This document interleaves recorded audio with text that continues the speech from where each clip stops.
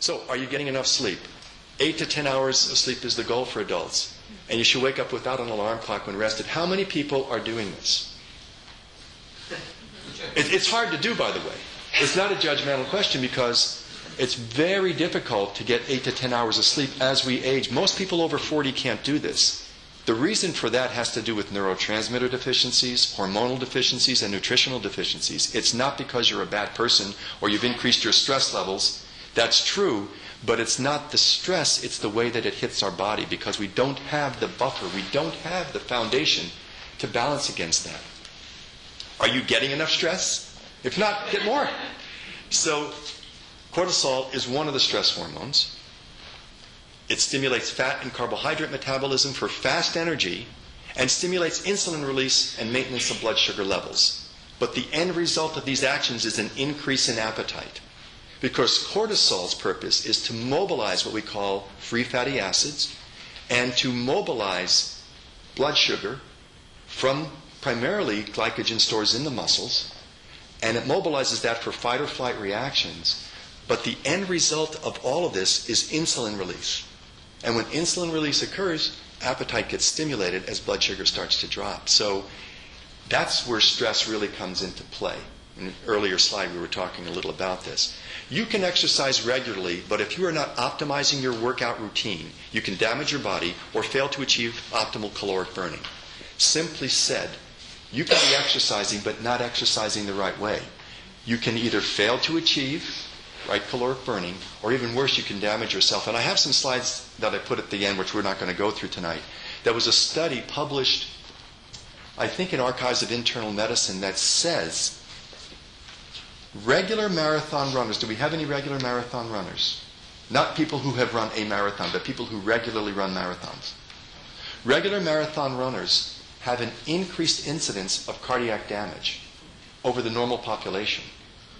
It's because they're oxidizing. They're creating oxidative states. And it was striking, published in a major medical journal. You can lose weight, but if you have a low resting metabolic rate, it will inevitably return. A resting metabolic rate is the rate at which you're burning calories right now as you're sitting down relaxing. For those of you who are relaxed. For those of you who are anxious, it might be different. But that's the resting metabolic rate. If you have a low resting metabolic rate, it will inevitably return. And we'll talk about how we can increase that. You can lose weight, but if you are hypothyroid, it will be very hard to keep it off. That is also true for testosterone, DHEA, estrogen, and human growth hormone. I have a large practice of bioidentical hormone replacement therapy. These are what we call, quote-unquote, natural hormones. This presentation is not about that. The next one is. But these are the hormones that help to keep our weight in balance. Iodine deficiency will directly affect thyroid function. And if you have a low thyroid, it's going to be hard to lose weight. It's also associated with an increased risk of fibrocystic breast disease and breast cancer with iodine deficiency. This is research that was collated by David Brownstein, who's a medical doctor, and published in his book, Iodine, Why You Need It. These are the other things that make it harder to lose weight. You can just read through these.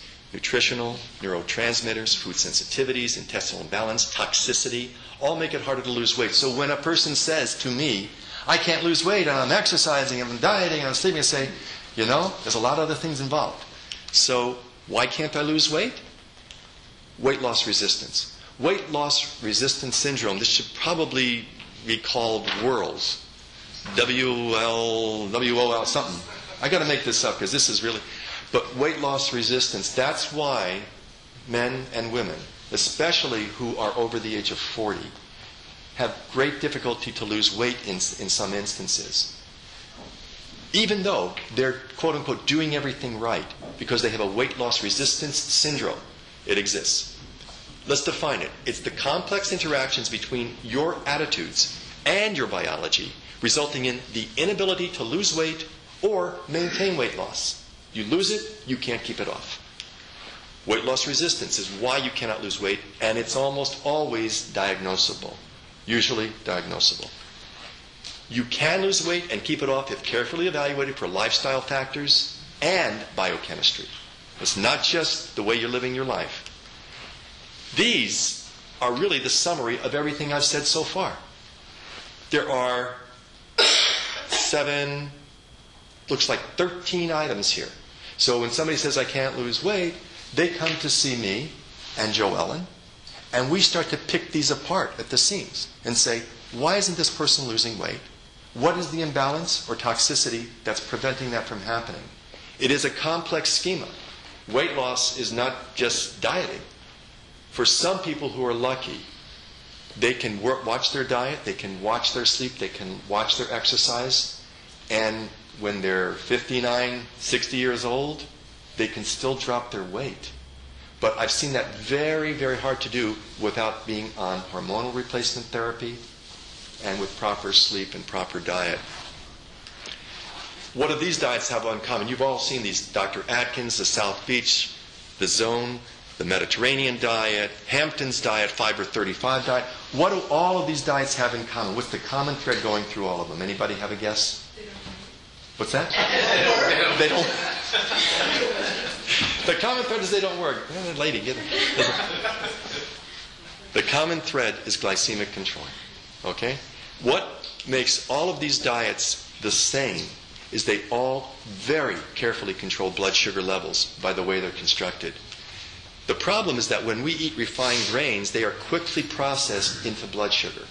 What is a refined grain? A refined grain is white bread. It's wheat bread, it's white bread. It's sugar, it's white food. It's potatoes, it's white food. Why are potatoes white food? Aren't they good for you? Because they're rapidly turned by salivary amylase, digestive enzyme in the mouth, into sugar before it even hits the stomach. You actually have sugar in your mouth if you're eating a white potato before it gets to your stomach. White foods also comprise, sadly, because I'm Italian, on top of that I'm Sicilian Italian, pasta, unless it's whole grain pasta. So the insulin surge which follows that ingestion of white foods tells our body that plenty of energy is readily available and that it should stop burning fat and start storing it. And the hormone that tells our body to do that when we eat white food is insulin, which is why it's called insulin resistance that inevitably occurs. And I'll just tell you from my own clinical practice, because we do blood chemistries, it's actually rare to see people over the age of 50 whose fasting blood sugar is not above 90. Now that's a normal blood sugar by laboratory reference ranges. So you say 90 to 99 is a normal range. But unfortunately, if you look at it statistically, for every point above 75, let's say 80, for every point above 80 milligrams per deciliter in your fasting blood sugar, so let's say your fasting blood sugar is 90.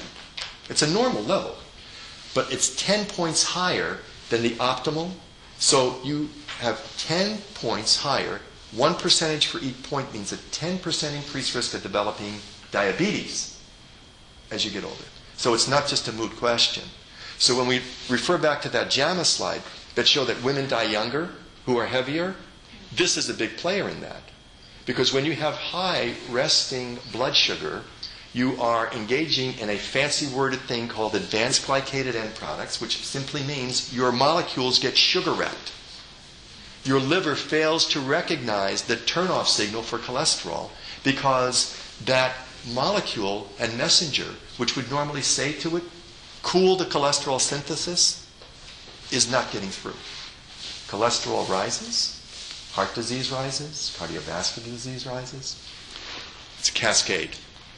Here's the qualities. Do you have trouble burning off fat weight? Does your weight seem to be mainly around your waistline?